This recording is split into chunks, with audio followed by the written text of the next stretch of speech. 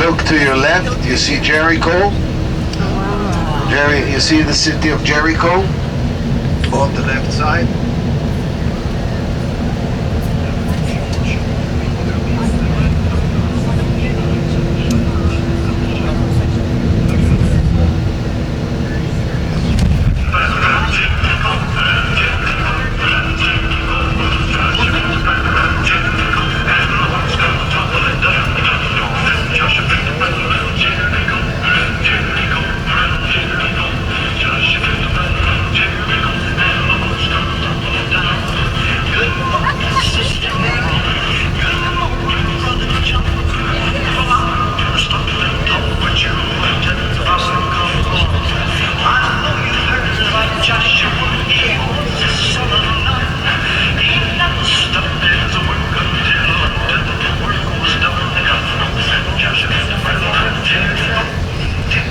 Who's singing?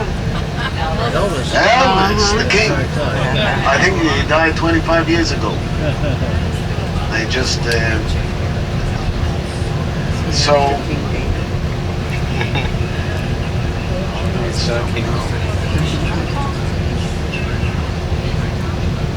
Okay. So Jericho is also the first city that was conquered by the Israelites after crossing the Jordan River about 10 miles from here to the north, where Gilgal is. And Joshua comes over here, and as I mentioned already, Jericho being the first city that the Israelites are overtaking is actually given to them by God in order to show the Israelites it's not your own power, it's not your own wisdom that made whatever you have. It's me who is giving it to you.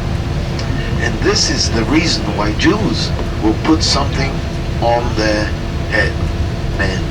Because the rabbi, you won't find an order like this in the Bible. It doesn't say that you have to have something to cover your head.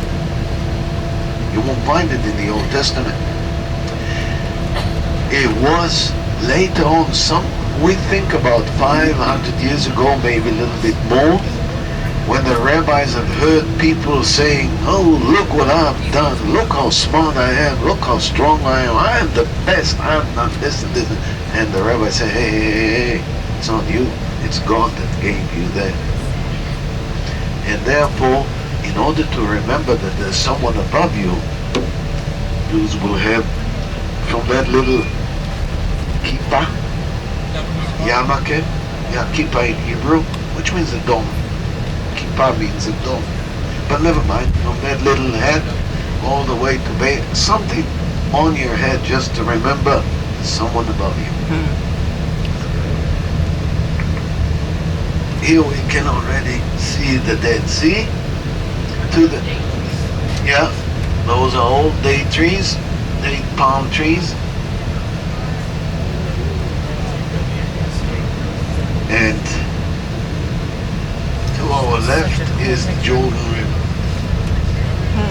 So if Jesus came from the north, so did everyone else, they walked along the water, which means they walked along the Jordan River all the way to Jericho, and then went up to Jerusalem. I'm talking about thousands of people who would be walking at the same time.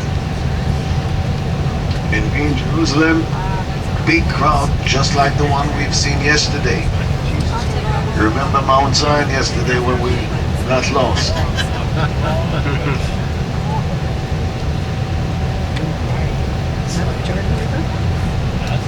Yep. Okay. The Jordan River is over there. Is that water we're seeing, or does that just look like it? Looks like water. So that's it. This is the width of the country. This is the east border, the Jordan River, the Dead Sea, then the Arava Valley all the way to the Red Sea.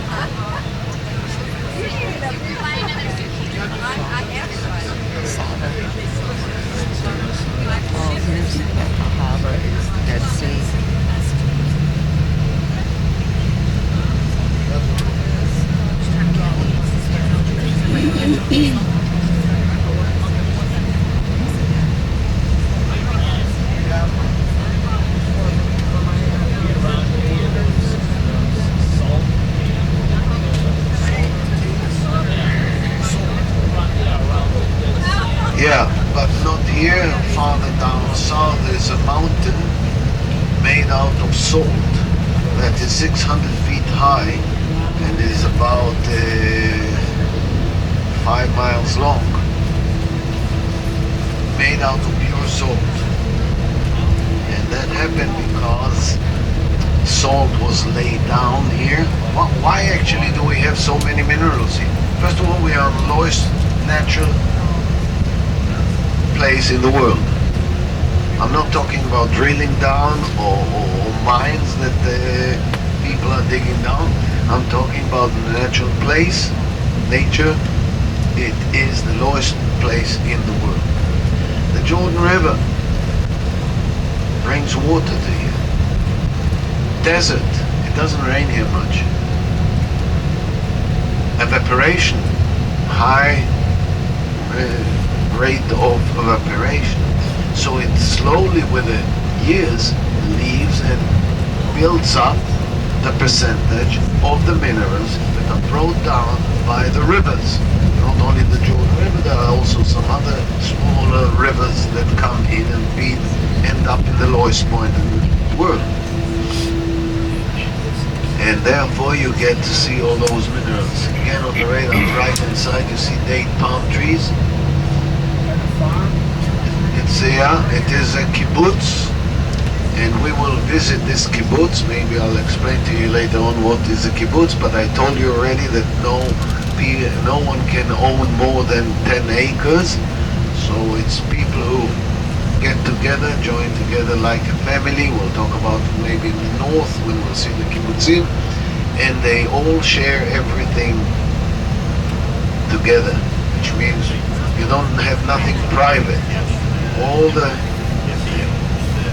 families there, 100, 200 families, are sharing everything that there is, and they buy together and they sell together.